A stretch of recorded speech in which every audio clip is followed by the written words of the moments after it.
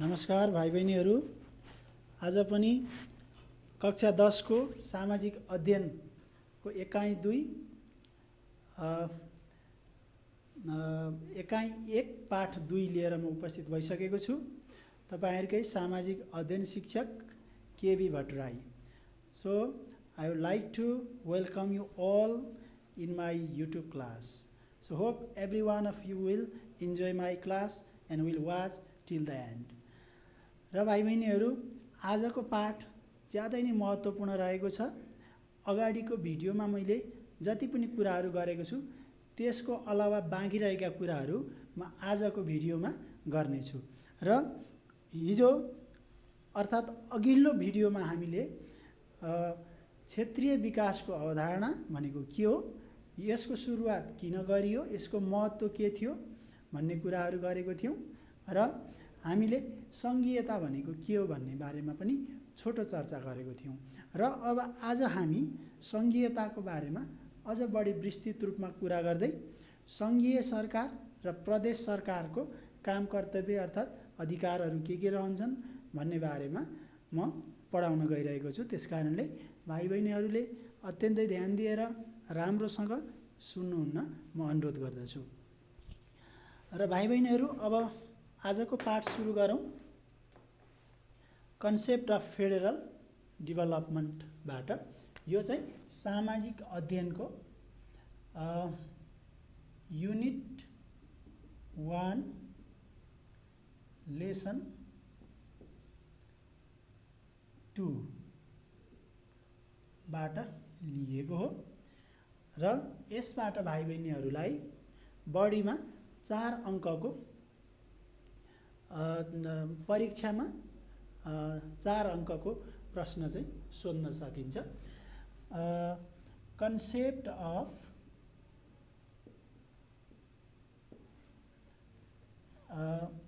Federal development, federal development अर्थात् संघीय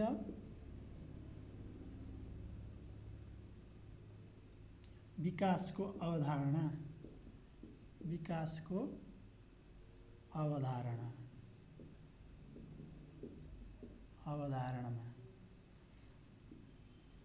भाइ बहिनीहरू, मैले अघिल्लो भिडियोमा यहाँहरूलाई संघीयता भनेको के हो अर्थात् संघीय विकासको अवधारणा भनेको के हो, संघीयताको फाइदाहरू के हुन्, बेफाइदाहरू के हुन् भन्ने बारेमा विस्तृत रूपमा चर्चा गरिसकेको छु।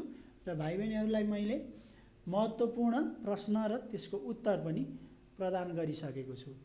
So let me move on to the remaining concept of remaining part of the same lesson, and we are going to talk about the power and authority of the federal government and the provincial government. And as you know, there are 2 levels of government in federalism, namely provincial government in each provinces and federal government or central government in center. So these both government level have their distinct responsibility, power or authority. So what type of power and authority are exercised by federal government and provincial government? This is a burning question for us. So let us discuss the same here. अब हामी संघीय विकासको अवधारणा अन्तर्गत संघीय सरकार र प्रादेशिक सरकारका कामहरू के हुन्, जिम्मेवारी के हुन् भन्ने कुराहरू गर्न गइरहेको छौं। र भाइ बहिनीहरूलाई म प्रश्नबाट त्यसको समाधान गर्दै यसको कन्सेप्ट बुझाउन चाहन्छु। र भाइ बहिनीहरू, सबैभन्दा पहिले हाम्रो संविधानमा उल्लेख भए अनुरूप, हाम्रो संविधानले निर्दिष्ट गरे अनुरूप संघीय सरकारको आफ्नै कार्यहरू रहेको छ र प्रदेश सरकारको आफ्नै कार्यहरू रहेको छ।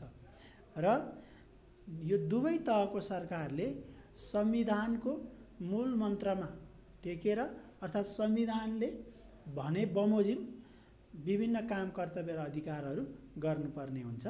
त्यसकारणले यी अधिकारहरू महत्त्वपूर्ण रहेका छन्। र सबैभन्दा पहिले म भाइ बहिनीहरूलाई आज पहिलो कुरो सङ्घीय विकासको अवधारणाको बारेमा अगाडि भनिएको कुरालाई थोरै रिभिजन गरौँ। जस्तै सङ्घीयता अर्थात् सङ्घीय विकासको अवधारणा यो एउटै कुरा हो। यसलाई हामी अङ्ग्रेजीमा फेडरलिजम भन्छौँ र यसलाई डिफाइन गर्नुपर्दा federalism is the dual form of government with provincial government in each provinces and federal government or central government in center, and the provincial governments are directed by, guided by, supported by the federal government or central government. So the concept of federalism operates in such a way. So let me first write the question to begin with today's session. र भाइ बहिनीहरूको लागि पहिलो प्रश्न यो कन्सेप्टसँग सम्बन्धित के रहेको छ भने सङ्घीय सरकारको अधिकारहरू अर्थात् सङ्घीय सरकारका कार्यक्षेत्रहरू के हुन् उल्लेख गर्नुहोस्। यो अत्यन्तै महत्त्वपूर्ण क्वेसन रहेको छ। भाइ बहिनीहरूलाई म सङ्घीयता भनेको के हो भनेर आज बताउने छैन। मैले अगाडि रिभिजनमै भनिसकेँ, रिभाइज गरिसक्यौँ हामीले। र हिजोको अर्थात् अगाडिको भिडियो हेर्नुभयो भने यहाँहरूलाई त्यसबाट पनि प्रष्ट हुनेछ। So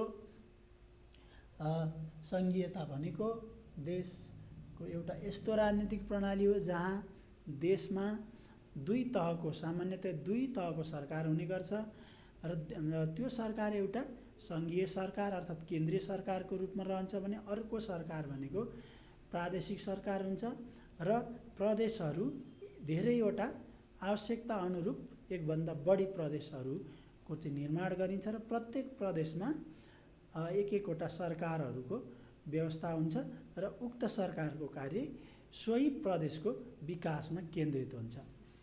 all right, so let us right the question concerning the concept of federal development and particularly the power and authority of federal government and central government. So let me write the topic: power or authority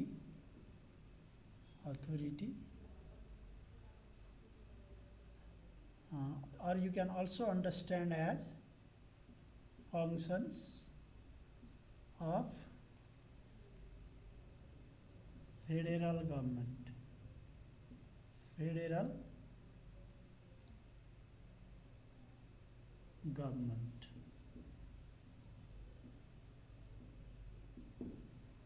okay, यसको तात्पर्य सङ्घीय सरकारका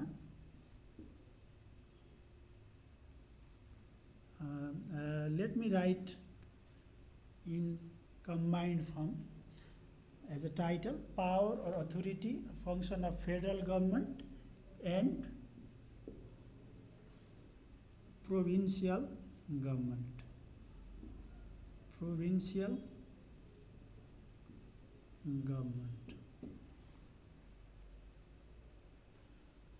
Okay, सङ्घीय सरकार र प्रादेशिक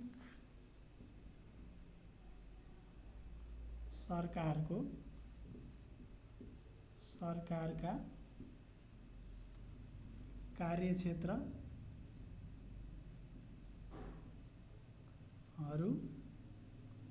वा यसलाई हामी अधिकार क्षेत्रहरू पनि भन्न सक्छौँ। अधिकार क्षेत्रहरू भन्न सक्छौँ। सङ्घीय सरकार र प्रादेशिक सरकारका कार्यक्षेत्रहरू वा अधिकार क्षेत्रहरू यो चाहिँ सङ्घीय विकासको अवधारणा अन्तर्गत पढ्ने महत्त्वपूर्ण टपिक रहेको छ। र अब म भाइ बहिनीहरूलाई क्वेसनद्वारा यसको बारेमा प्रश्न पार्न चाहन्छु। Point out the major functions of functions or functions and authority of federal government.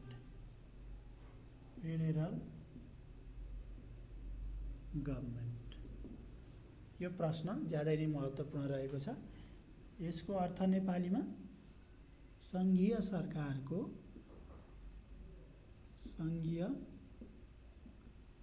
सरकारको कार्यहरू वा अधिकार क्षेत्रबारे लेख्नुहोस्। अधिकार क्षेत्रबारे उल्लेख गर्नुहोस्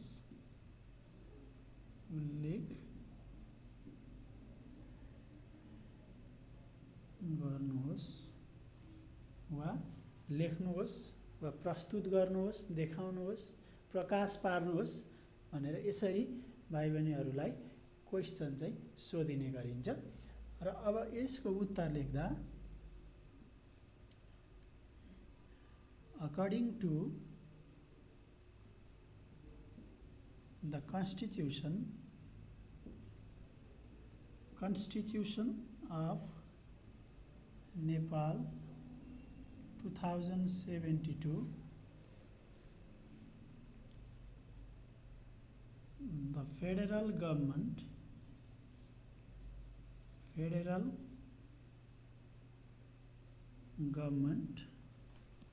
will have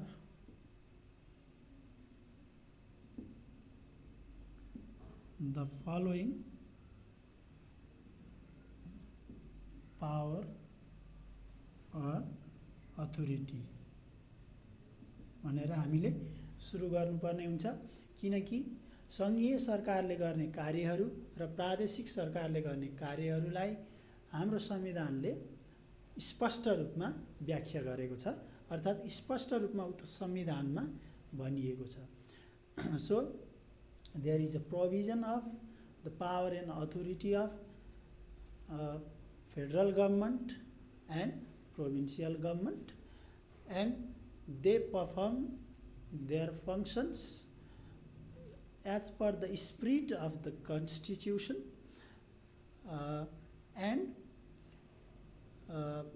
the power and authority, and these power and authorities are strictly followed by them. Okay, they are not misused, they are used with the spirit of Constitution. They have very special role to play for the proper use of these powers and functions. Okay, so what are those powers and functions? Let's point out them. So अब यसलाई हामीले नेपालको संविधान 2000, नेपालको संविधान 2072 अनुसार संघीय सरकारका कार्यहरू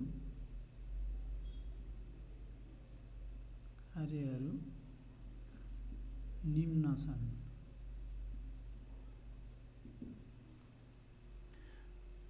जस्तै कुन क्षेत्र चाहिँ संघीय सरकारले हेर्ने र कुन क्षेत्र चाहिँ प्रादेशिक सरकारले हेर्ने त।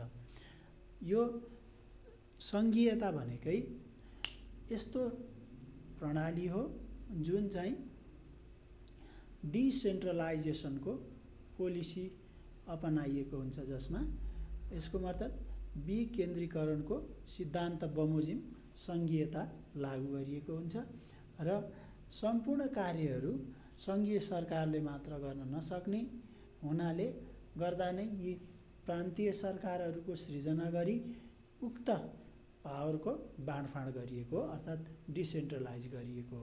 त्यसकारणले गर्दाखेरि संघीय सरकारको क्षेत्र अधिकारहरू अर्थात् कार्यहरू के हुन् भन्ने कुरा नै यसले सोधेको हो।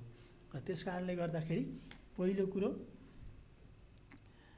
एउटा यसको फङ्सन रहेको छ related to defence and army. The function the power related to defence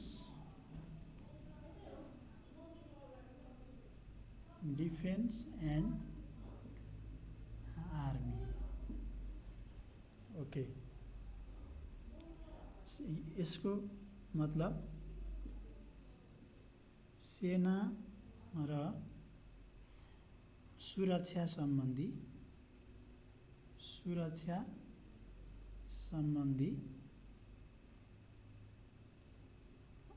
अधिकार। यसको मतलब भाइ बहिनीहरू राष्ट्रिय सेनाको परिचालन र देशको प्रोटेक्सन शान्ति सुरक्षाको निर्णय सम्बन्धी निर्णय सामान्यतया सङ्घीय सरकारले हेर्ने चाहिँ व्यवस्था रहेको छ। र अर्को रहेको छ protection of national unity and integrity. Protection of national unity and integrity. Okay, अब यसको मतलब हुन्छ राष्ट्रिय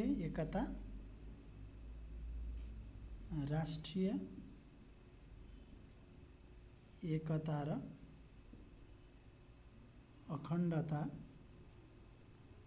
अखण्डताको संरक्षण सम्बन्धी अधिकार।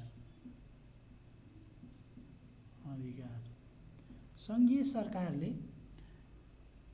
अर्थात् सङ्घीय सरकारको अधिकार क्षेत्रभित्र पर्ने अर्को महत्त्वपूर्ण कार्य भनेको राष्ट्रिय एकता र अखण्डताको संरक्षण गर्नु हो। यहाँनिर राष्ट्रिय एकता र अखण्डता भनेको के हो भन्ने कुरा हामीले बुझ्नुपर्ने हुन्छ।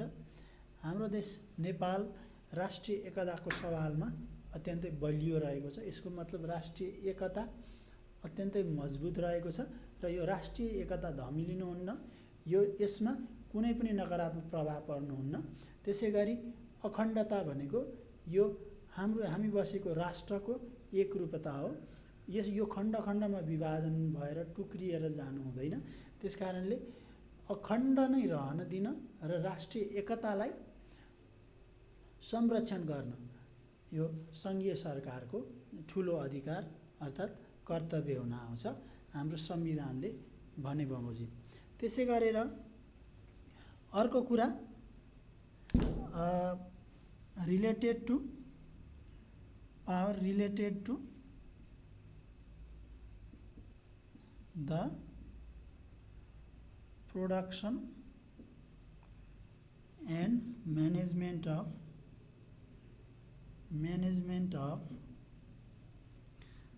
Arms and ammunitions.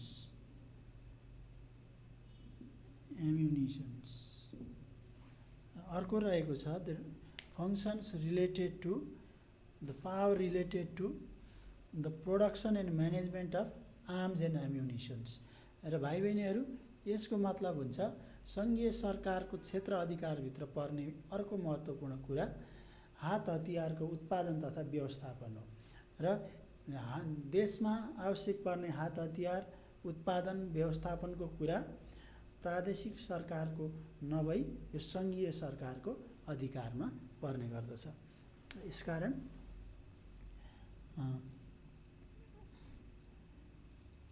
हात हतियारहरूको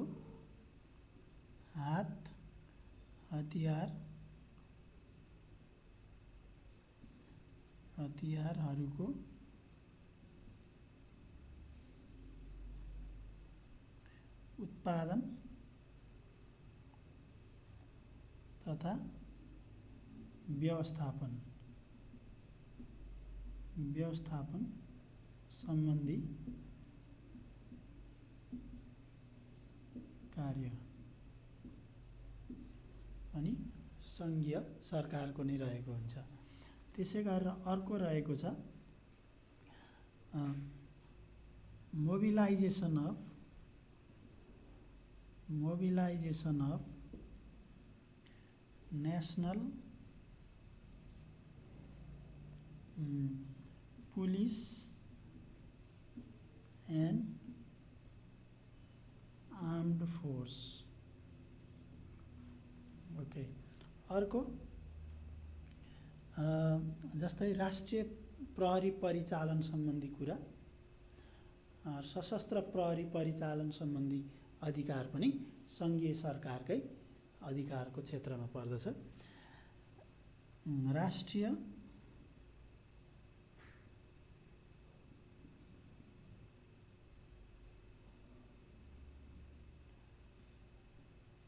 प्रहरी तथा सशस्त्र प्रहरी परिचालन सम्बन्धी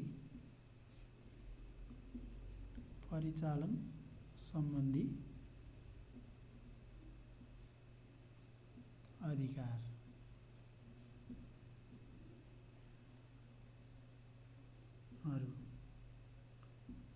अर्को अधिकार क्षेत्रको कुरा हो भाइ बहिनीहरू।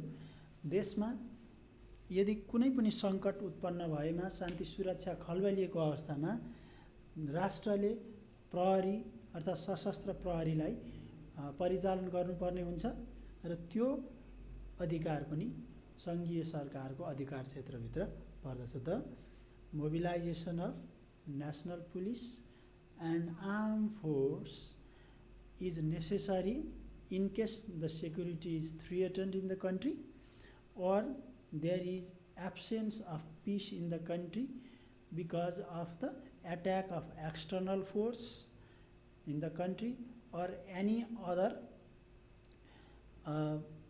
terrorist group or something like that. So in this regard, armed police force or civil police force may have to be mobilized. So this right is in the hand of in the hand of federal or central government. त्यसै गरेर अर्को अधिकारको क्षेत्र हुन्छ collection of tax.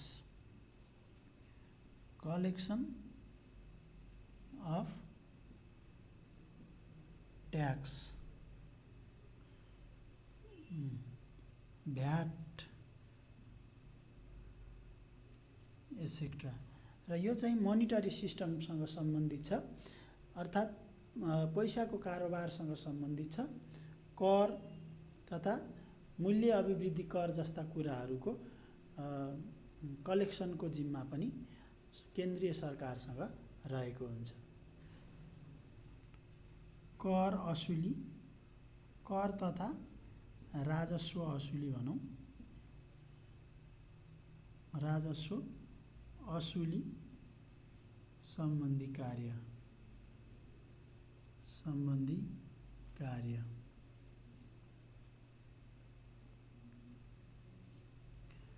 Okay, त्यसै गरेर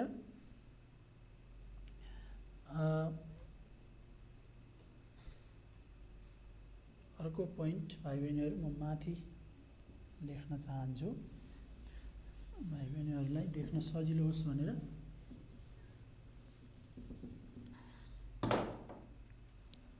okay, अर्को रहेको छ formulation of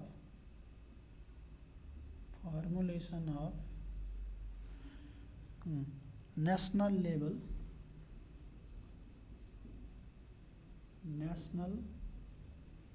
level development plan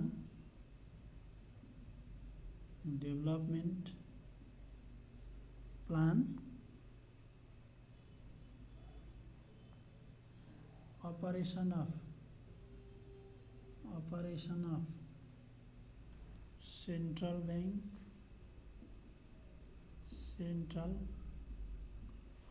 bank monetary policy et cetera. र अर्को महत्त्वपूर्ण कार्यक्षेत्र रहेको छ राष्ट्रिय गौरवका राष्ट्रिय तहका विकास योजनाहरूको निर्माण गर्ने जिम्मा पनि सङ्घीय सरकारको रहेको हुन्छ। त्यसै गरेर मौद्रिक नीति भन्छौँ हामी, मनीसँग पैसासँग सम्बन्धित। त्यसै गरेर केन्द्रीय बैङ्कको सञ्चालनको कुराहरू पनि सङ्घीय सरकारको अधीनभित्र पर्दछ। र यही कुरालाई नेपालीमा लेखौँ, राष्ट्रिय तहका योजना निर्माण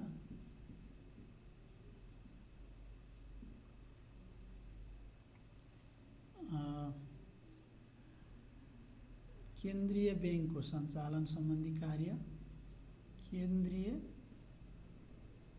बैङ्कको सञ्चालन सम्बन्धी कार्य तथा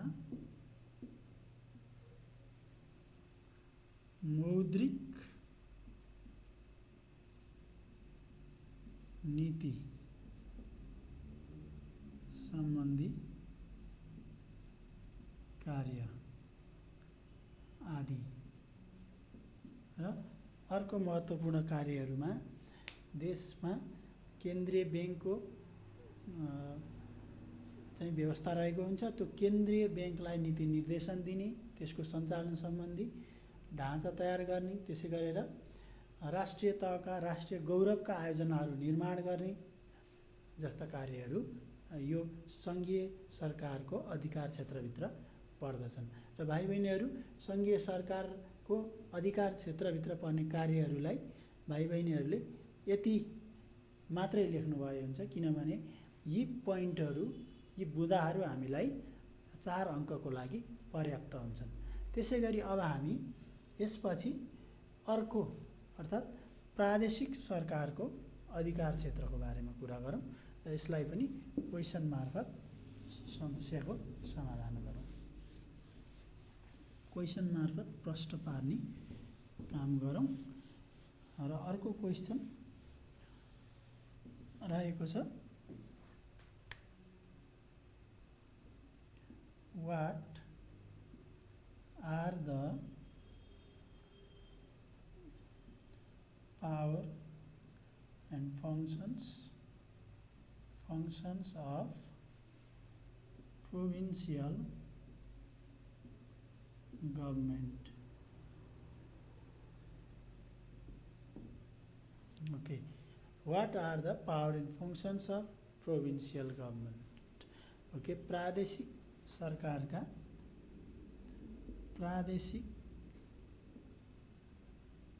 सरकारका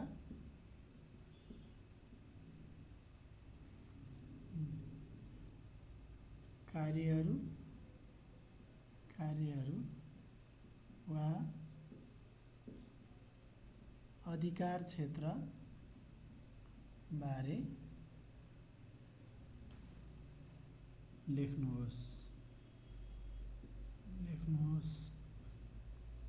वा प्रादेशिक सरकारका कार्यहरू के हुन् अर्थात् अधिकार क्षेत्रहरू के हुन् उल्लेख गर्नुहोस् भनेर पनि यसलाई सोध्न सकिन्छ।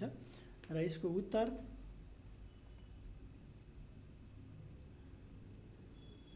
संविधान अनुसार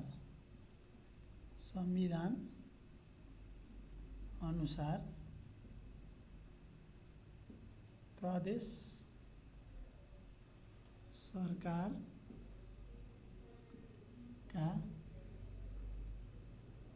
कार्यहरू वा अधिकार क्षेत्रहरू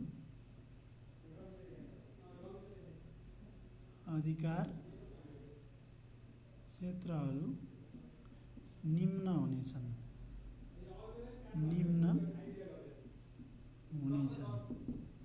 Okay, according to the constitution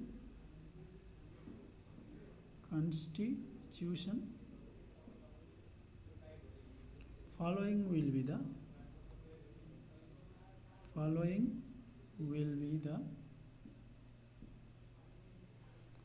power and function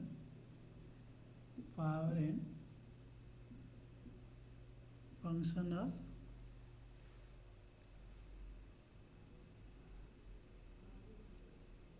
provincial government.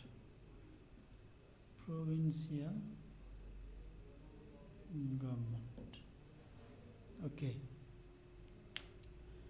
all right. So के हुन् त पावर एन्ड फङ्सन प्रोभिन्सियल गभर्मेन्टका? हामीले अगाडि जसरी सङ्घीय सरकारका पावर र फङ्सनको बारेमा कुरा गऱ्यौँ त्यसै गरी अब हामी प्रत्येकलाई पोइन्ट आउट गर्नेछौँ। र यसमा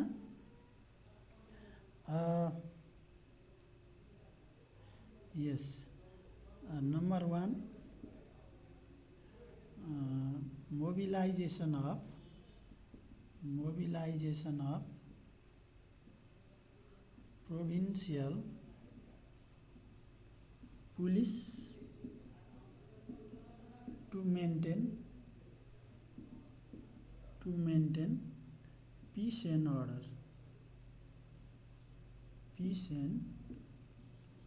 order in the concerned province.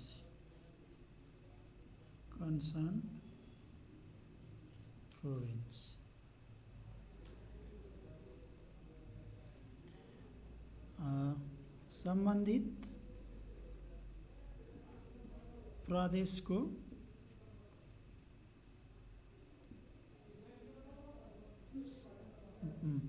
सम्बन्धित प्रदेशमा भन्नुहोला शान्ति तथा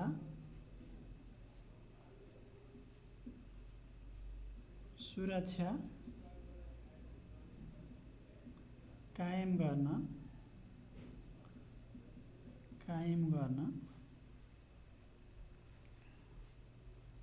प्रदेश प्रहरीको परिचालन। यो एउटा महत्त्वपूर्ण कार्य रहेको छ। प्रत्येक प्रदेशले आफ्नो प्रदेशको शान्ति सुरक्षामा हेरफेर गर्नुपर्ने हुन्छ र शान्ति सुरक्षा कायम गर्नको लागि उक्त प्रदेशमा कार्यरत प्रहरी परिचालन गर्न सक्छ है। त्यसै गरेर अर्को कार्य रहेको छ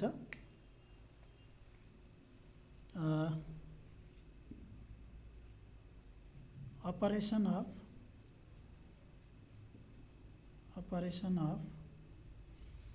एजुकेशनल institutions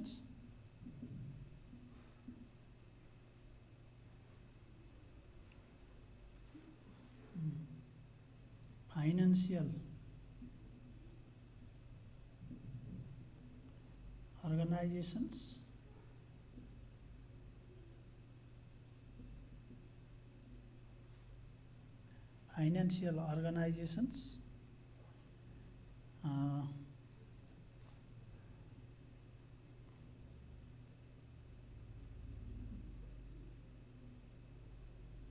media houses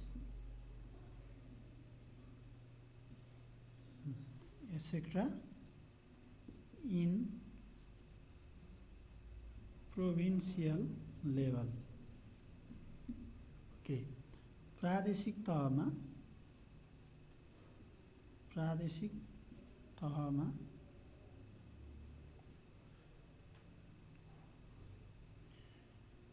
शैक्षिक संस्था सञ्चालन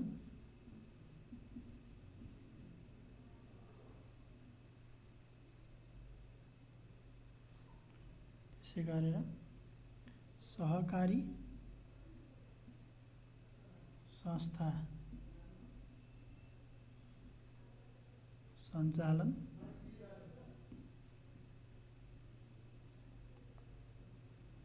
तथा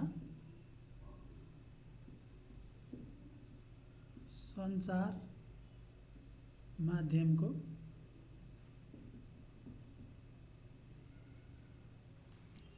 विकास सम्बन्धी कार्यहरू।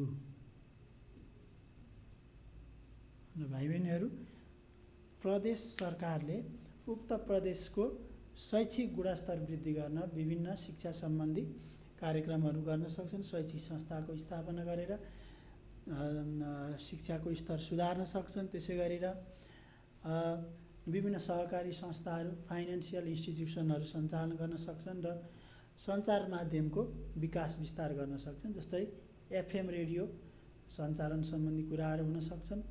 त्यसै गरेर स्थानीय पत्र पत्रिका को चाहिँ प्रकाशन सम्बन्धी कार्यहरू पनि प्रदेश सरकारले गर्न सक्ने प्रावधान रहेको छ। त्यसै गरेर अर्को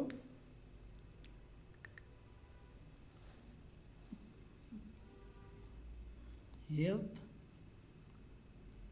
फङ्सन्स रिलेटेड टु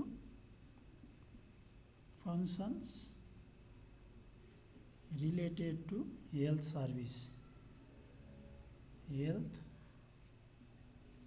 सर्भिस। यसको मतलब स्वास्थ्य सेवा सम्बन्धी कार्य, स्वास्थ्य सेवा सम्बन्धी कार्यहरू। ओके, अर्को कार्यक्षेत्र भनेको स्वास्थ्यसँग सम्बन्धित। स्वास्थ्य आधारभूत स्वास्थ्य प्राप्त गर्नु चाहिँ प्रत्येक नागरिकको अधिकार हो भनेर हाम्रो संविधानले भनेको छ। त्यसकारण संविधानले भने बमोजिम प्रत्येक नागरिकलाई बेसिक हेल्थ फ्यासिलिटी प्रदान गर्ने कार्य पनि प्रदेश सरकारले गर्न सक्छ। त्यो चाहिँ प्रदेश सरकारको जिम्मामा छोडिएको छ। यद्यपि सङ्घीय सरकारले स्वास्थ्य क्षेत्रमा कुनै पनि काम नगर्ने भन्ने चाहिँ हुँदैन। यो चाहिँ प्रदेश सरकारको थप अधिकार क्षेत्रमा पर्ने विषय मात्र हो। त्यसै गरेर land management and record of land, अर्को कुरो land management and record of land है त। यसमा जमिन व्यवस्थापन तथा अभिलेखीकरण भन्छौँ हामी रेकर्डलाई, अभिलेखीकरण सम्बन्धित कार्य पनि प्रदेश सरकार अन्तर्गत रहने भनेर उल्लेख गरिएको छ। त्यसै गरेर यसका अझै धेरै फङ्सनहरू अर्थात् कार्यहरू रहेका छन्। अरू कार्यहरूमा okay, development of agriculture, okay, development of agriculture, industry,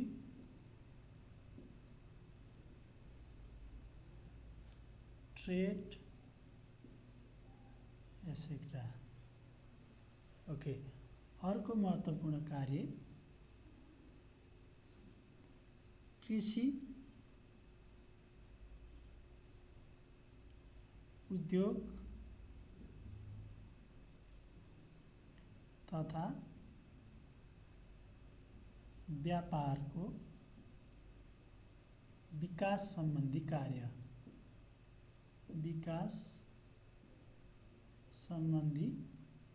कार्य, अनि प्रदेश सरकारको मातहतमा रहेको छ। प्रत्येक प्रदेशले आफ्नो प्रदेशको कृषि क्षेत्रको विकासको लागि उल्लेख्य कार्यहरू गर्न सक्नेछन्। त्यसै गरेर कल कारखानाहरू स्थापना गर्न, व्यापार अभिवृद्धिका कार्यहरू, यो पनि यी उक्त प्रदेशहरूको महत्त्वपूर्ण कार्य हुन आउँछ। त्यसै गरेर धेरैवटा कार्यहरू छन् भाइ बहिनीहरू, हामीले केही कार्यहरू मात्रै यहाँ उल्लेख गर्नुपर्ने हुन्छ। र अब म भाइ बहिनीलाई अर्को एउटा महत्त्वपूर्ण कार्य को बारेमा यहाँनिर उल्लेख गर्न चाहन्छु। जस्तै म्यानेजमेन्ट अफ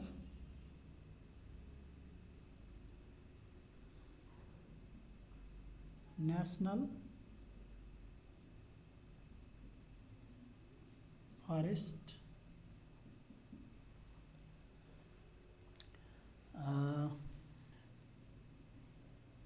water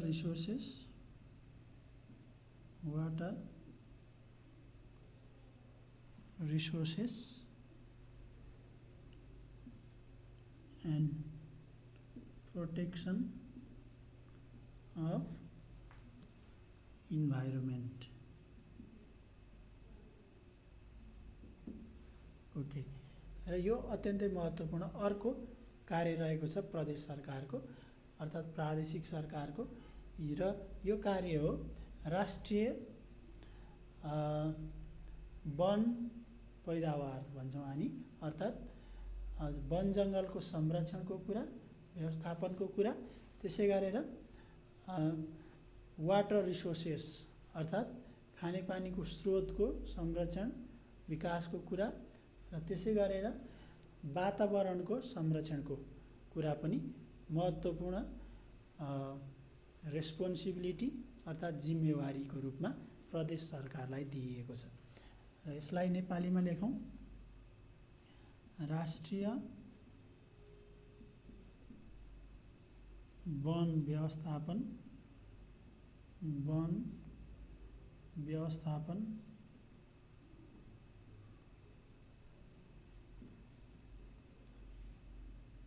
जलस्रोत को व्यवस्थापन तथा वातावरण संरक्षण सम्बन्धी कार्यहरू आदि भनेर हामी यसलाई टुङ्ग्याउन सक्छौँ। र यसरी भाइ बहिनीहरू यस्तै धेरै अन्य फङ्सनहरू पनि रहेको छन्, तर हामीले यति मात्र अधिकार क्षेत्रको कुरा गऱ्यौँ भने हामीलाई पर्याप्त हुने गर्दछ। त्यसकारणले भाइ बहिनीहरूले सकेसम्म छोटोमा तर स्पष्ट रूपमा यो कुराहरू पढ्ने र यसलाई रियलाइज गर्ने, महसुस गर्ने काम गर्नुहोला। Well, these are the power, authority and function of the provincial government. So there are many more other provincial government's functions. However, we are not going to write all of them because these are quite sufficient for us in our level.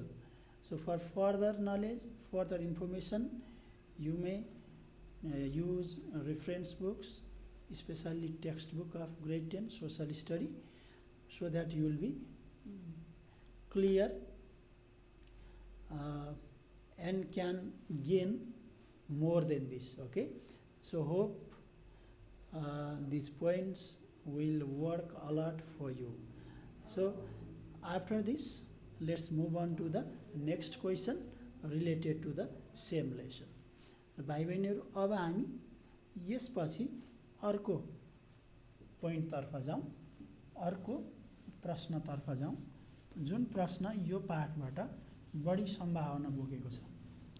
Okay, र उक्त प्रश्न के हुन सक्छ भन्ने बारे म यहाँलाई जानकारी गराउन चाहन्छु। र यसमा म केही कुराहरू भन्न चाहन्छु।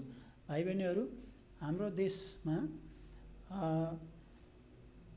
क्षेत्रीय विकासको अवधारणा असफल भएर सङ्घीय विकासको अवधारणा लागू भएको छ र देशलाई 7 वटा विकास क्षेत्रमा हामीले वर्गीकरण गरेका छौँ, अर्थात् बाँडेका छौँ।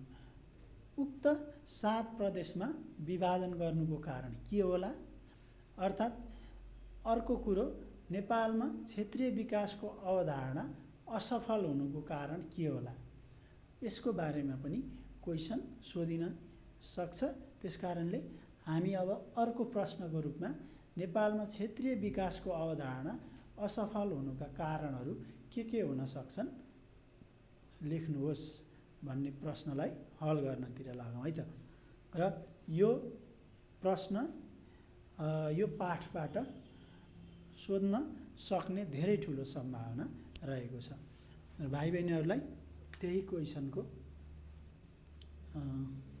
बारेमा म प्रश्न पार्न चाहन्छु। सबैभन्दा पहिले क्वेसन लेखौँ। नेपालमा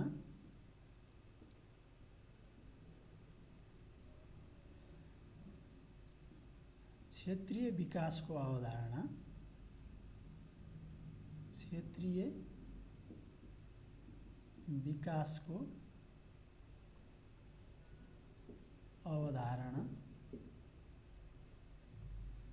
असफल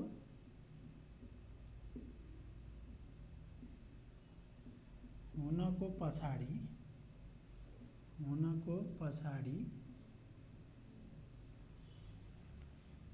के कारणहरू हुन सक्छन्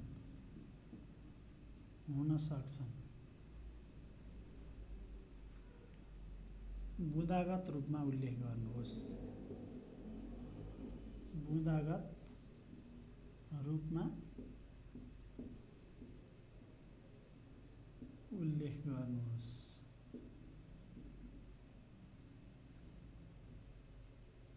ओके भाइ बहिनीहरू, यो रहेको छ अर्को महत्त्वपूर्ण प्रश्न।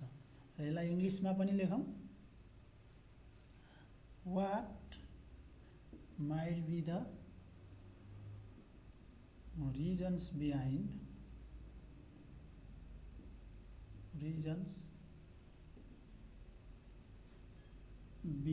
the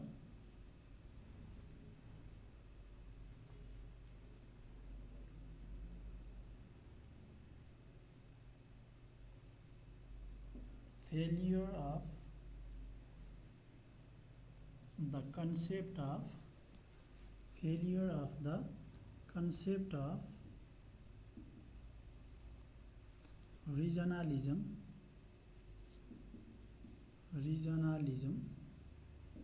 in Nepal? Mention in points.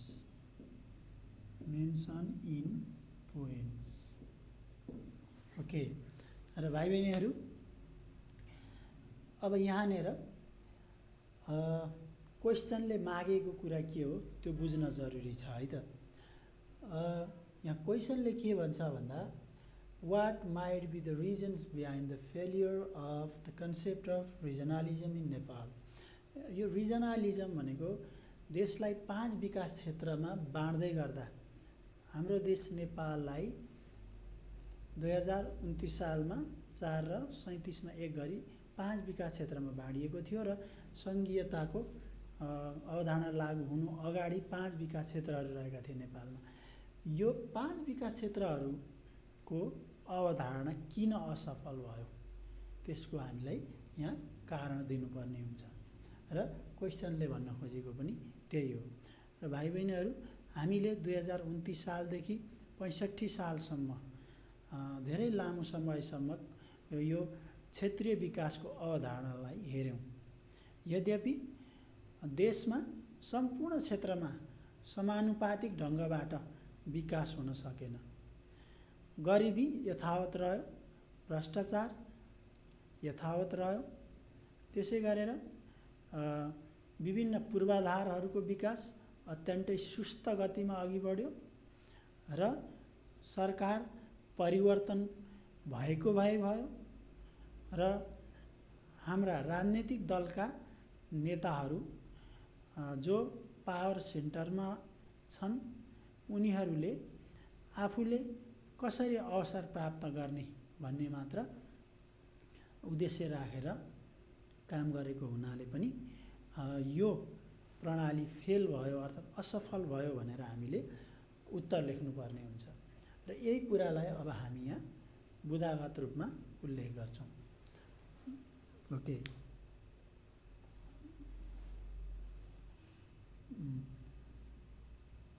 the reason behind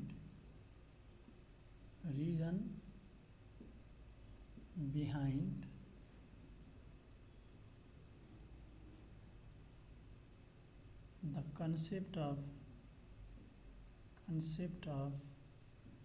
regionalism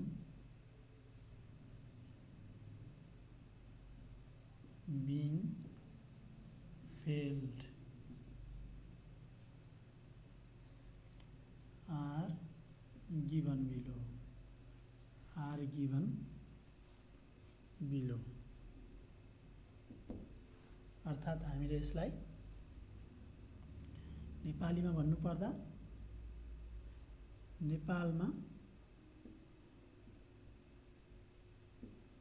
क्षेत्रीय विकासको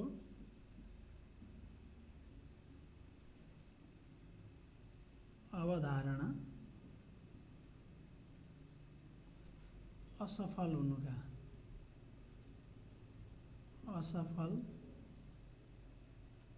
हुनका कारणहरू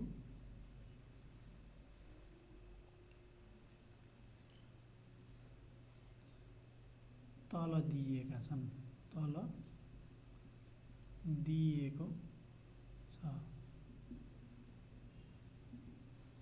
ओके, र अब हामी बुदागत रूपमा उक्त कारणहरूलाई यहाँ प्रष्ट गरौँ। र पहिलो कारण नम्बर क भाइ बहिनीहरूले अङ्ग्रेजीमा ए अर्थात् 1 भनेर लेख्न पनि सक्नुहुन्छ। म पहिले नेपालीबाट सुरु गरेँ।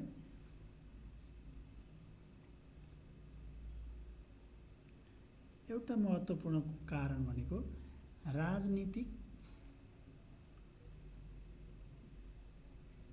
अस्थिरता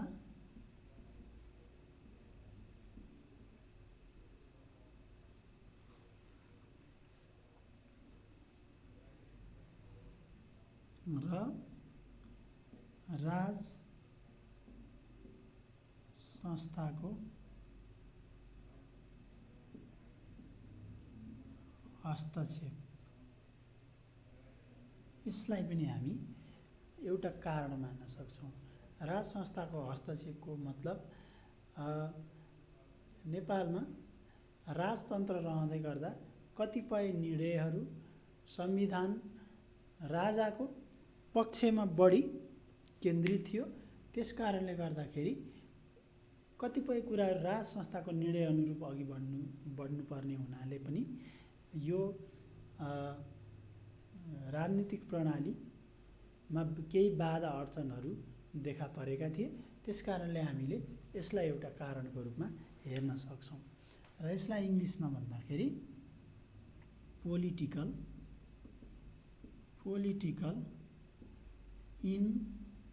instability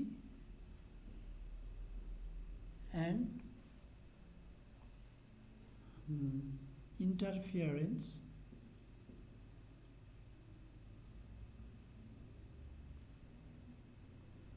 from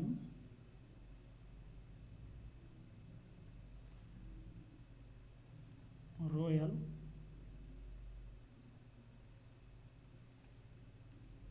authority। Royal authority भन्नाले यहाँनिर राजा अर्थात् राज संस्था भनेर बुझ्नुपर्ने हुन्छ। Political instability and interference from royal authority. अर्को रहेको छ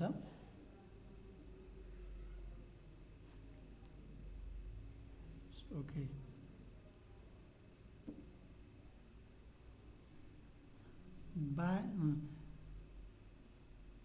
आन्तरिक राजनीतिक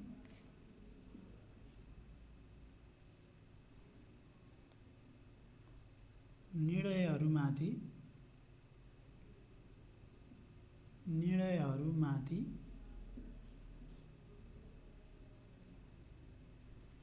बाह्य हस्तक्षेप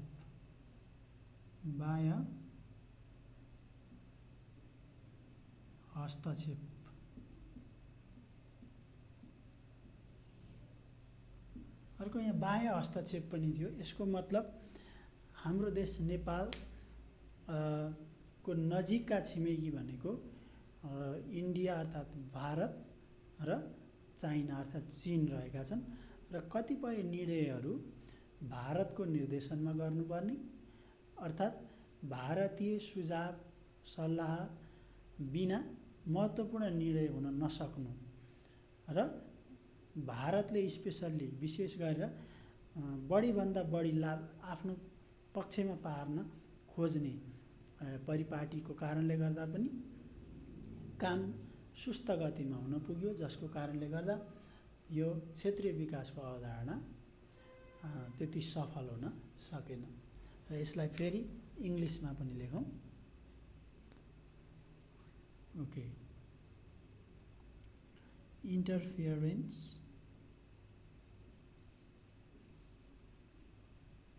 फ्रम द external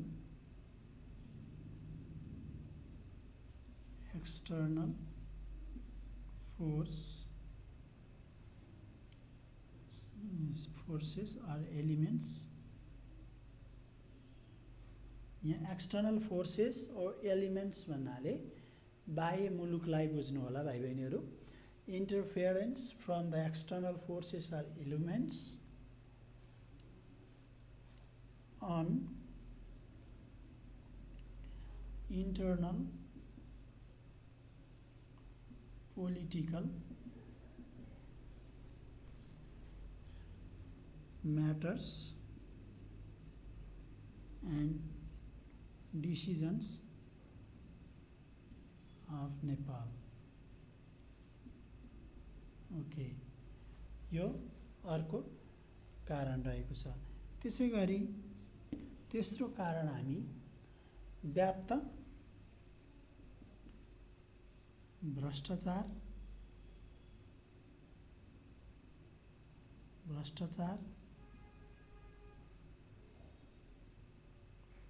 तथा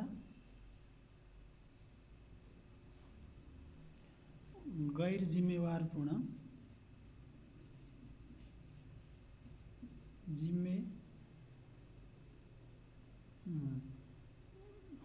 तथा म भाइ बहिनीहरूलाई अलि सजिलो भाषामा प्रश्न पार्न चाहन्छु। व्याप्त भ्रष्टाचार तथा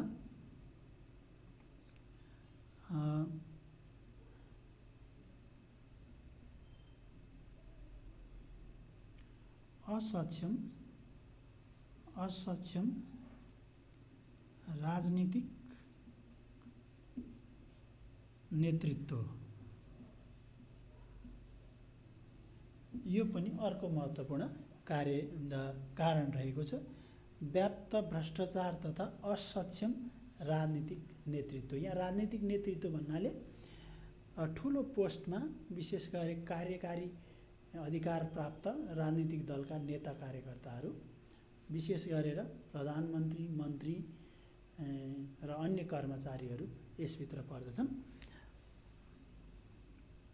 rampant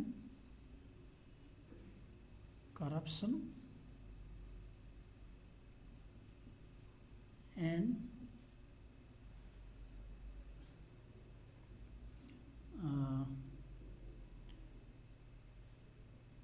अनक्यापेबल भनौँ अर्थात्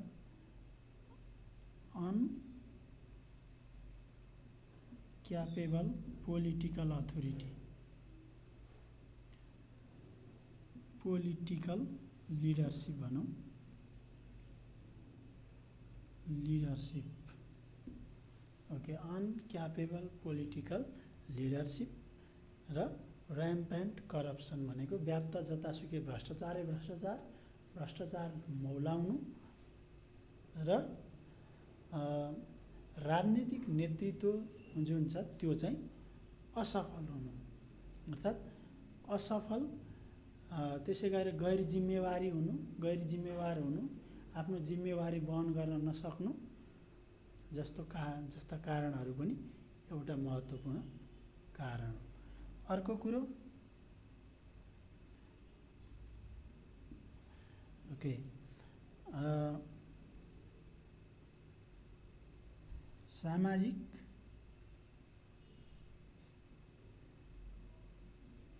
कुसंस्कार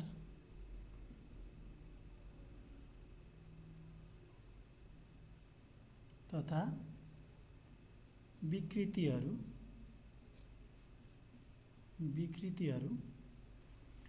हट्न नसक्नु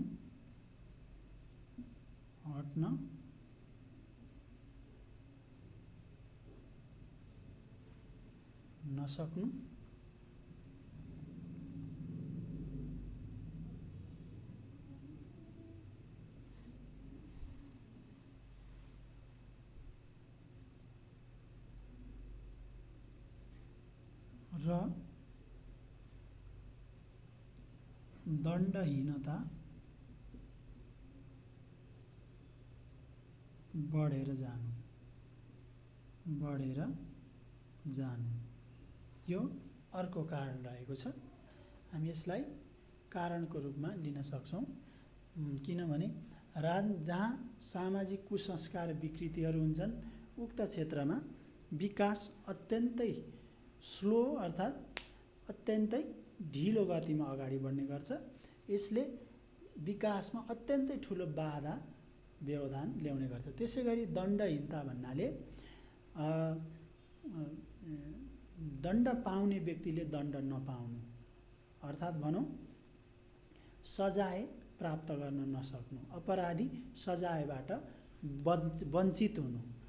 यो कारणले गर्दा पनि देश विकासमा अत्यन्तै पछि पर्यो र यो जुन राजनीतिक प्रणाली हो, क्षेत्रीय विकासको अवधारणा, यसले राम्रोसँग कार्य गर्न सकेन।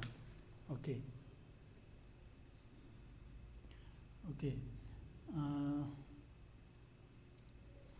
Existing social problems and evils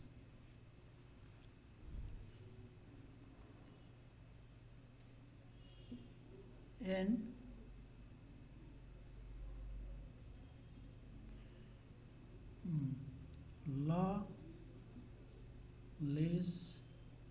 lawlessness in the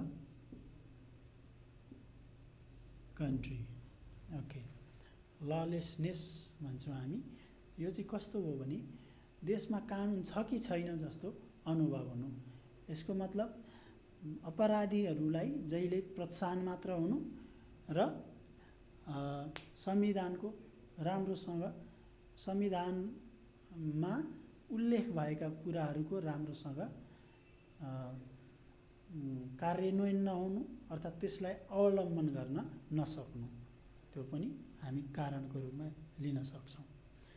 okay, अर्को एउटा लास्टमा, ओके,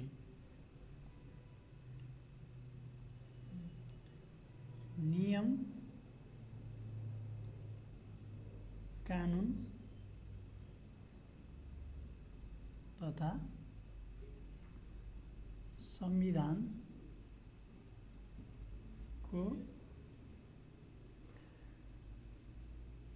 कार्यान्वयनको पक्ष कमजोर हुनु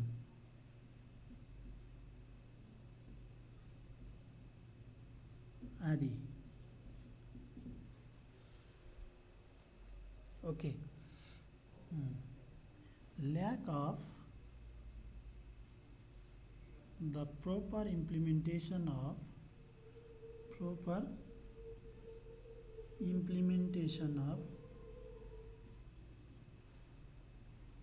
constitution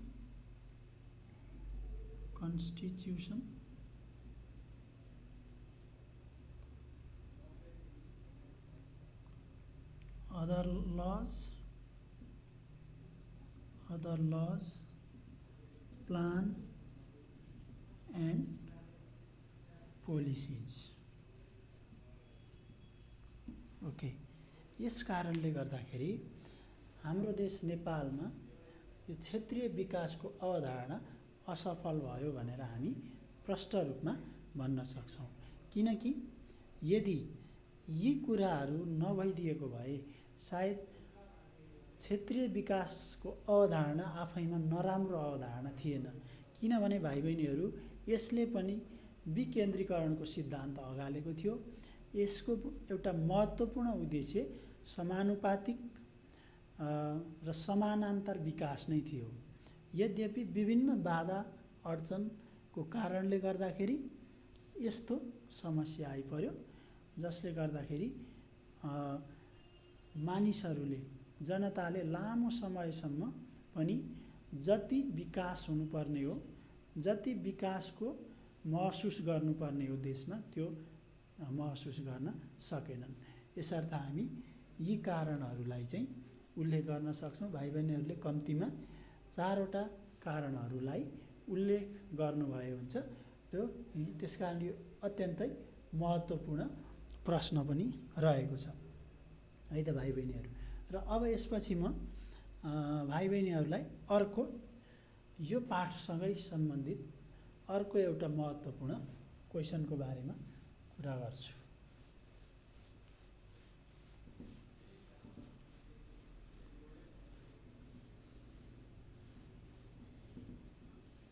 ओके, अर्को महत्त्वपूर्ण क्वेसन जुन भाइ बहिनीहरूलाई सोध्न सकिने अर्थात् मोस्ट प्रोबेबल क्वेसन रहेको छ।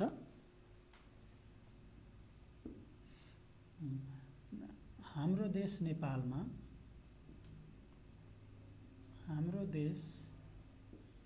नेपालमा सङ्घीय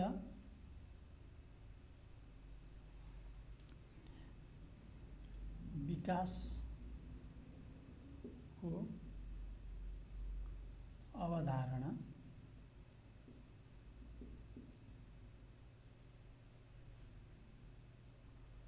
पहिलो पटक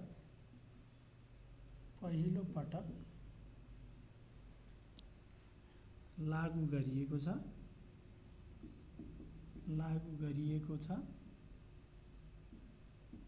तपाईको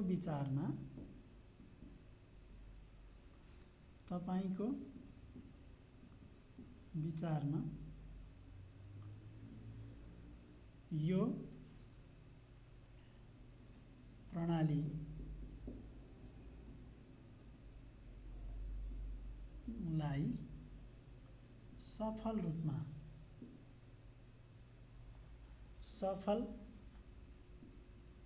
रूपमा कार्यान्वयन गर्नको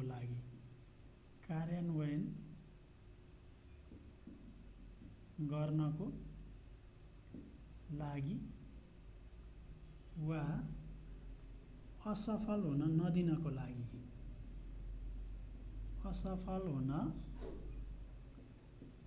नदिनको लागि के गर्नु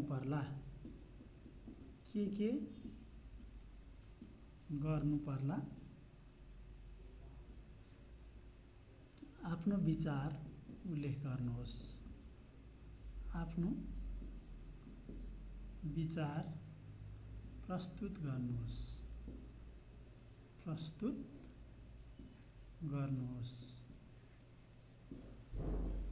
ओके, यो महत्त्वपूर्ण क्वेसन रहेको छ भाइ बहिनीहरू। र यसले के भन्न खोजेको छ, हाम्रो देश नेपालमा जुन सङ्घीय शासन प्रणालीको चाहिँ सुरुवात भएको छ। यो प्रणाली क्षेत्रीय विकासको अवधारणा जस्तै असफल हुन नदिनलाई अर्थात् यसको सफल कार्यान्वयनको लागि के गर्न सकिएला तपाईको विचारमा आफ्ना केही भनाइहरू आफ्ना विचारहरू उल्लेख गर्नुहोस् भनेर सोधिएको छ र यो क्वेसन इक्जाममा पनि सोध्ने ठुलो सम्भावना रहेको छ। यसकारणले यसलाई इङ्ग्लिसमा पनि लेखौँ पहिले। The federal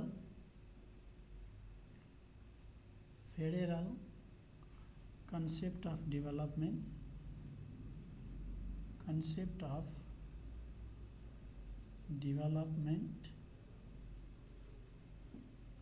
has been adopted for the first time in Nepal. In your opinion,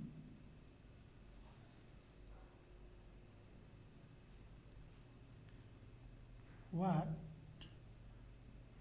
should be done for its proper implementation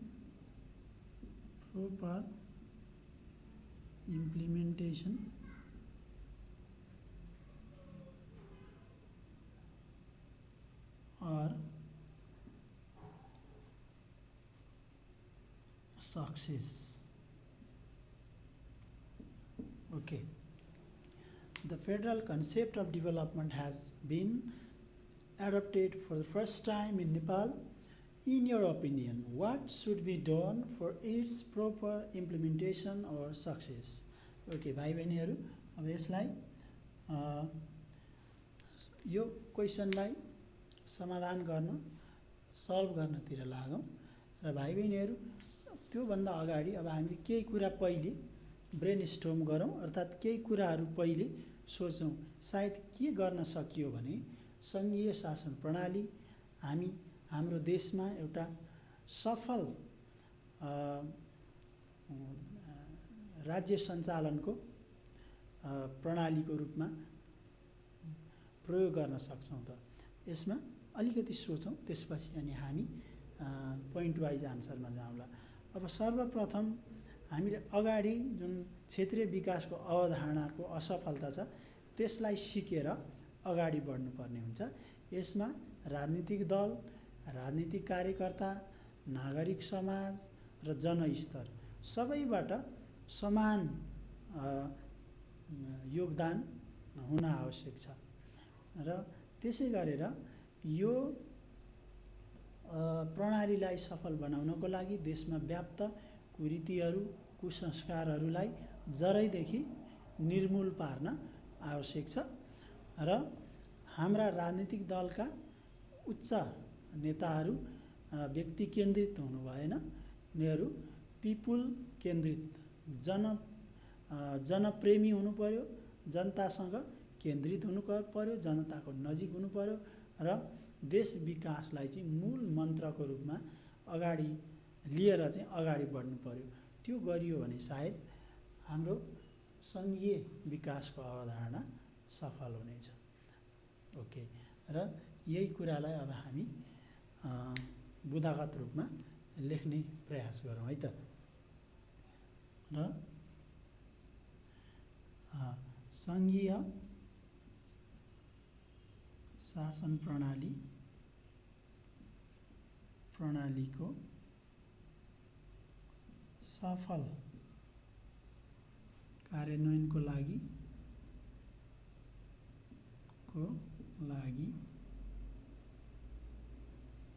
निम्न कार्यहरूमा ध्यान दिनुपर्छ। Okay,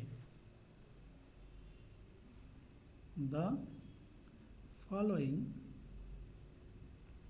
things should be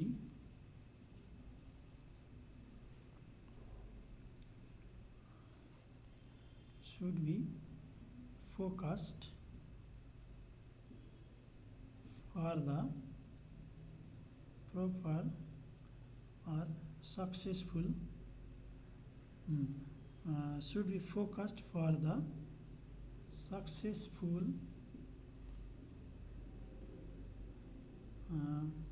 implementation of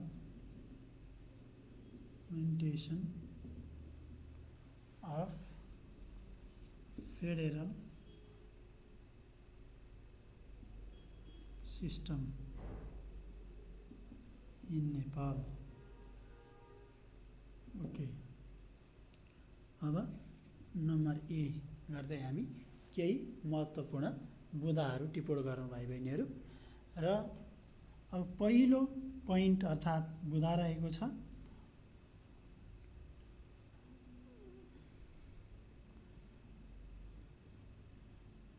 सम्पूर्ण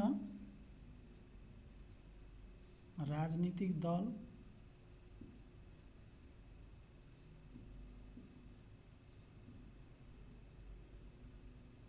कार्यकर्ता नागरिक समाज तथा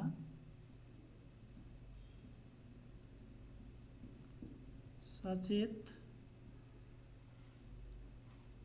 नागरिक को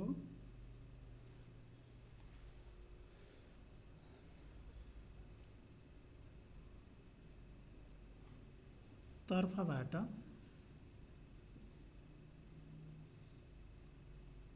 यसको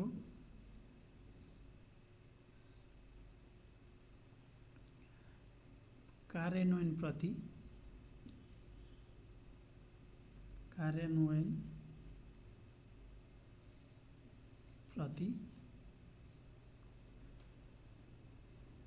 अठोट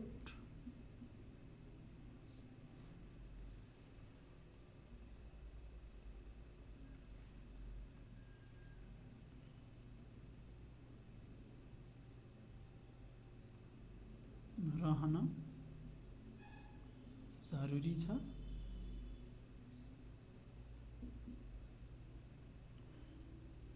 साथै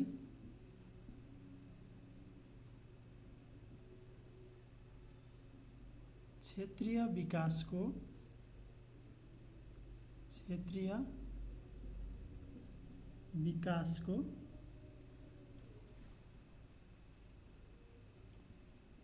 अवधारणा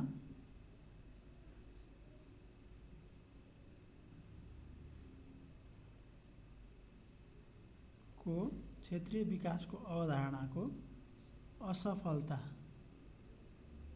असफलताबाट पाठ सिकेर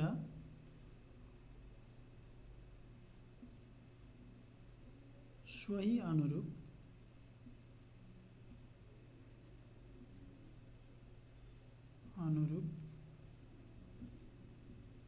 कार्य गर्नुपर्दछ। ओके भाइ बहिनीहरू, हामी यसलाई एउटा उपायको रूपमा हेर्न सक्छौँ। जस्तै सम्पूर्ण राजनीतिक दल कार्यकर्ता नागरिक समाज र सचेत नागरिकको तर्फबाट यसको कार्यान्वयनप्रति अठोट रहन जरुरी छ। दृढ अठोट सङ्कल्प, ओके, फुल्ली डिटर्मिन्ड हुनु पर्यो कि यो प्रणालीलाई हामी सबै मिलेर सफल बनाउनुपर्छ भनेर। साथै क्षेत्रीय विकासको अवधारणाको असफलताबाट पाठ सिकेर सोही अनुरूप कार्य गर्नुपर्दछ। र हामीले अगाडि भोगेको एउटा तितो यथार्थ के हो भन्दा जुन क्षेत्रीय विकासको अवधारणा थियो त्यो असफल भइसकेको छ र त्यसलाई हामीले महत्त्वपूर्ण पाठको रूपमा लिन सक्छौँ। Okay, there should be firm determination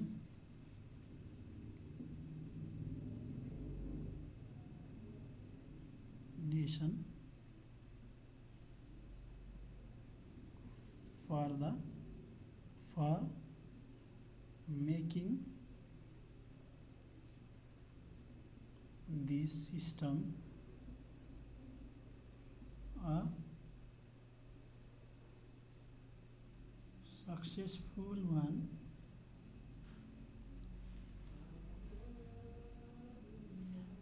भाइ बहिनीहरूलाई म अलिकति सच्याउनलाई अनुरोध गरेँ। There should be firm determination of बनाउनु होला यहाँनिर of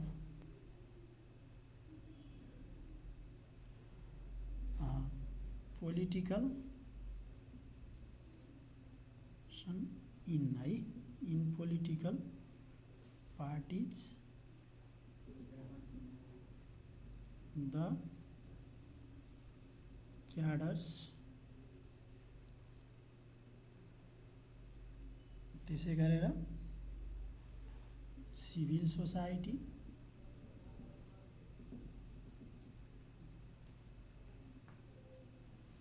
citizen etc. for the proper implementation of this system. Moreover,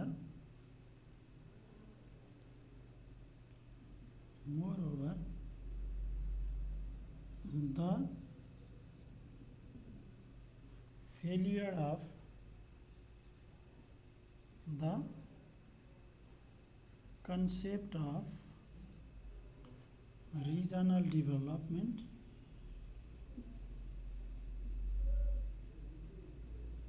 should be embraced as a lesson. Okay. सबैले अगाडिको जुन क्षेत्रीय विकासको अवधारणा असफल भयो त्यो कुरालाई एउटा पाठको रूपमा सिक्नु पर्यो र अर्को कुरो राजनीतिक पार्टीका कार्यकर्ता नागरिक समाज र सम्पूर्ण जनताहरूमा यो राजनीतिक प्रणालीलाई सफल बनाउनै पर्छ भन्ने एक किसिमको दृढ सङ्कल्प हुनु पर्यो। भाइ बहिनीहरू यो भयो भने एउटा महत्त्वपूर्ण एफोर्ट भनौँ अर्थात् प्रयासको रूपमा हामी यसलाई लिन सक्छौँ। यसपछि अब अर्को कार्य के गर्न सक्नुपर्छ भन्ने कुरा लेखौँ। Okay, the federal and provincial governments should act according to the spirit of Constitution.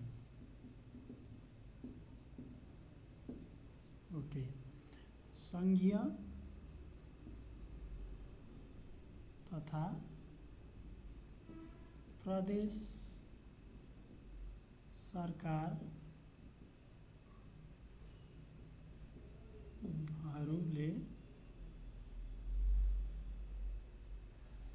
संविधानको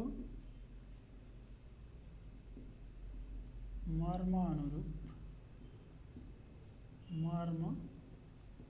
अनुरूप कार्य गर्नुपर्दछ।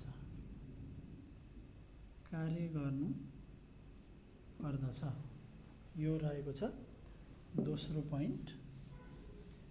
त्यसै गरी तेस्रो पोइन्ट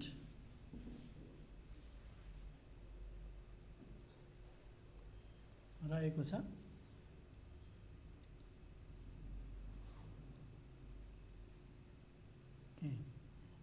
देशमा व्याप्त भ्रष्टाचार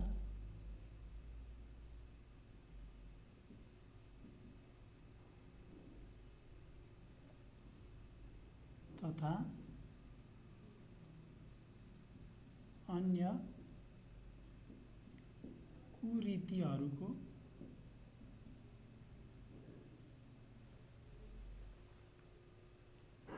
उन्मूलनको लागि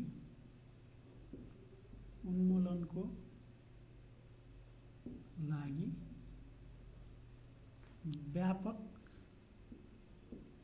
जनदबाव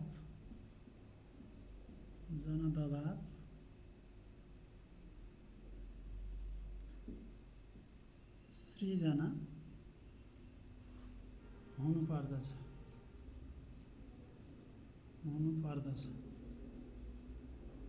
यसको मतलब जनताबाट विभिन्न क्षेत्रमा आबद्ध पावरफुल व्यक्ति र उनीहरूको अधिकारमाथि प्रश्न उठाउनु पर्यो, दबाव सृजना हुनु पर्यो। यदि उनीहरूले भ्रष्टाचार गरेको खण्डमा त्यसको विरुद्धमा सबैजना एकजुट हुनु पर्यो र नराम्रा संस्कारहरूलाई हटाउनको लागि सबैजना एकीकृत भएर अघि बढ्नु पर्यो। यो पनि अर्को उपायको रूपमा हामी लिन सक्छौँ। यसलाई पनि इङ्ग्लिसबाट लेखौँ।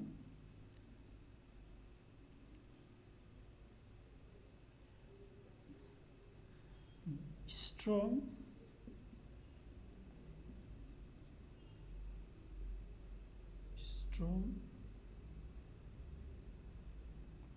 pressure should be created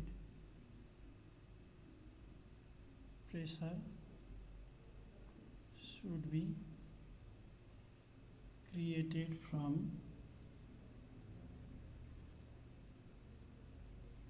the side of public people for the eradication of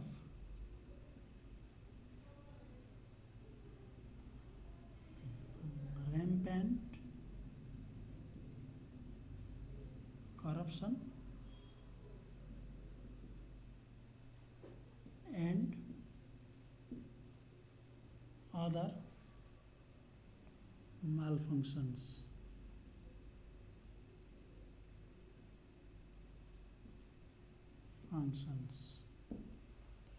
okay, अन्य मालफङ्सन्स भनेको नराम्रो कुरीतिहरू अर्थात् इभिल्स। ओके, यस्तो इभिल्सहरू त्यसै गरेर भ्रष्टाचार आफैमा एउटा ठुलो इभिल हो। ओके, यो एउटा ठुलो समस्या हो। त्यस कारणले गर्दाखेरि there should be strong pressure or the concerned authority should be highly pressurized from the side of general public, okay, for eradication of corruption as well as other many such social evils or malfunctions. Okay, so if this is done, okay, we can minimize the problem of corruption and we can support development of the nation. So this can be another strong point. Now next point could be, okay,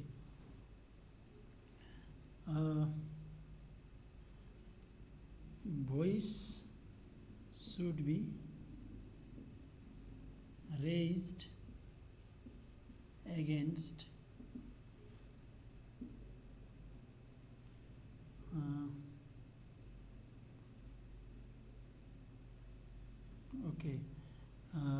voice should be raised against bad leadership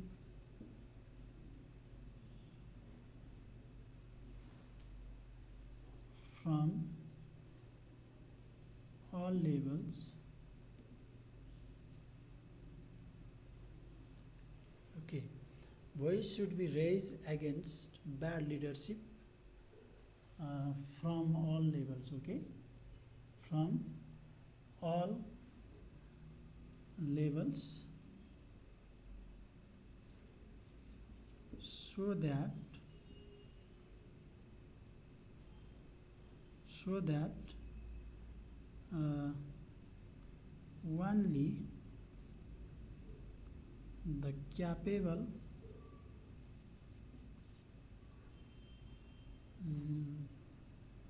authority, capable and responsible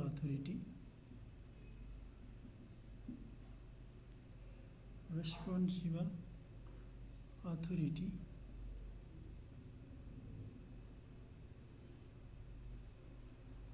is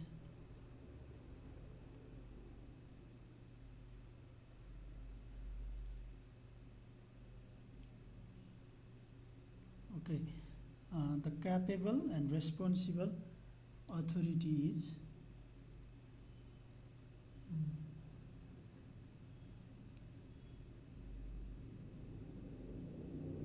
recruited in various public posts. Okay भाइ बहिनीहरू, यसको बारेमा म केही कुरा भन्न चाहन्छु. Voice should be raised against bad leadership from all levels. सो सम्पूर्ण क्षेत्रबाट यदि कुनै पनि क्षेत्रमा खराब लिडरसिप नेतृत्व छ भने त्यसको विरुद्धमा आवाज उठाउनु पर्यो, ताकि दक्ष र जिम्मेवार अथोरिटी मात्र उक्त क्षेत्रमा काम गर्ने अवसर मिलोस्, उक्त अत्यन्तै सक्षम र जिम्मेवार अथोरिटीलाई मात्र कार्य गर्ने अवसर मिलोस्. हामीले यस्ता कार्यहरू गर्यौं भने सायद केही चेन्जेसहरू देख्न सक्नेछौँ. सो यसलाई पनि अब नेपालीमा लेखौँ. अप्रिय वा खराब नेतृत्वप्रति नेतृत्वको विरुद्धमा भन्नु होला, नेतृत्वको विरुद्धमा आवाज उठाउने, ताकि सक्षम र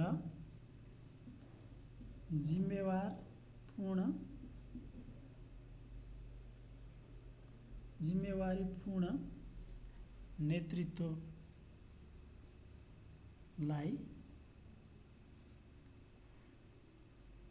काम गर्ने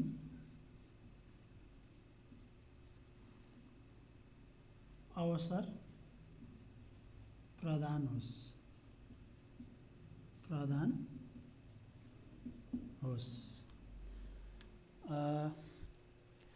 Well, dear students,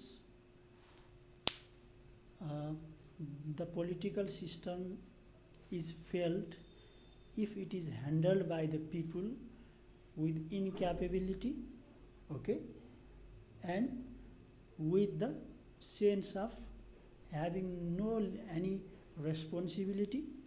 Therefore, we need to raise our voice against this type of authority, so that very capable and responsible people are recruited in different sectors. Okay, so this can be another strong point. त्यस कारणले भाइ बहिनीहरू, यसरी हामी यो संघीयताको अवधारणालाई देशमा सफल बनाउनको लागि विभिन्न उपायहरू, विभिन्न तरिकाहरू अपनाउन सक्छौं र ती धेरै उपायहरू मध्ये केही यी पनि बन्न सक्छन् र भाइ बहिनीहरूले अन्य यस्तै किसिमका आफ्ना भनाइहरूलाई यसरी बुँदागत रूपमा व्यक्त गर्न सक्नुहुनेछ. र भाइ बहिनीहरूलाई उदाहरणको लागि केही सजिलो होस् उत्तर लेख्न, केही सहज होस्, अर्थात् केही आइडियाहरू होस् भनेर मैले यी पोइन्टहरू दिएको छु. एकचोटि यसलाई राम्रोसँग सुनेर हेरेर पढिदिनु होला र अरू नयाँ कुराहरू पनि यहाँहरू आफैले क्रिएट गर्नुहोला। र आजको क्लासमा मैले भाइ बहिनीहरूलाई चारवटा महत्त्वपूर्ण रूपमा चारवटा प्रश्न र तिनीहरूको उत्तर सहित प्रश्न पारेको छु। आशा छ भाइ बहिनीहरूले यो भिडियोलाई अन्तिमसम्म हेरेर भरपुर फाइदा लिनुहुनेछ। सो अहिलेसम्म मैले जति पनि कुराहरू पढाएको छु यी कुराहरू परीक्षाको दृष्टिकोणबाट अत्यन्तै महत्त्वपूर्ण रहेका छन्। So thank you so much everyone for listening to me or watching me on YouTube. If you have any queries or any problem concerned with today's lesson, you may comment in the comment box. So we'll see in next YouTube class. Thank you so much everyone. Bye bye and have a very good day. Thank you so much.